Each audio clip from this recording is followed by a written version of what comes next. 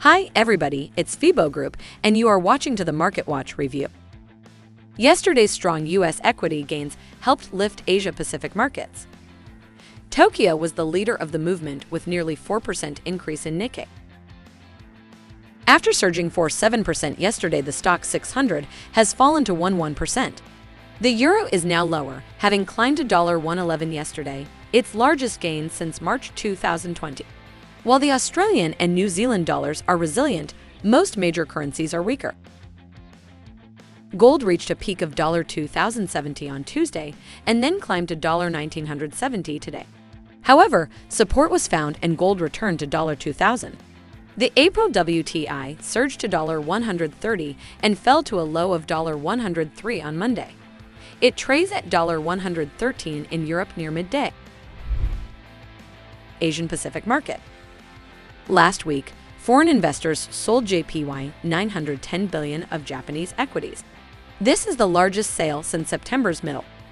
JPY 116 was the highest level of the dollar since February 11, when the U.S. warned Russia that it could attack Ukraine anytime.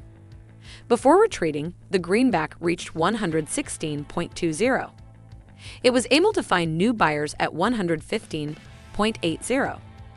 It reached a multi-year peak in February and January at 116.35. Australia announced a $28 billion increase in its defense spending. Note that Debelle, the Deputy Governor of Reserve Bank of Australia, unexpectedly resigned, effective next week. The Australian dollar is stable, but it remains the same as yesterday's range. Market of Europe. The ECB meeting is at the forefront. It was faced with policy problems before Russia invaded Ukraine and is now in more difficult times. It is likely that price pressures will increase and growth will be slower than expected.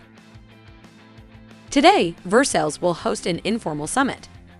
Many participants are interested in the possibility of joint bonds to finance the type of energy sector or defense efforts that will be required.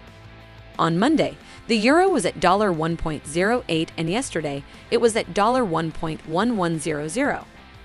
The euro has not traded above $1.1080 today after it stopped.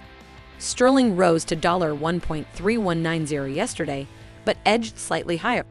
It held below $1.3200 until succumbing to mild selling pressure. It is now finding support ahead $1.3140. Market of America. Today, the U.S. reports its February CPI. Everyone agrees that inflation is rising rapidly and high. The inflation peak will be later than expected due to the rise in food and energy prices.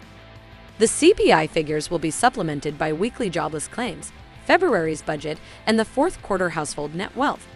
Yesterday, the U.S. dollar was below CAD 129 and found support at CAD 128, which is prior resistance.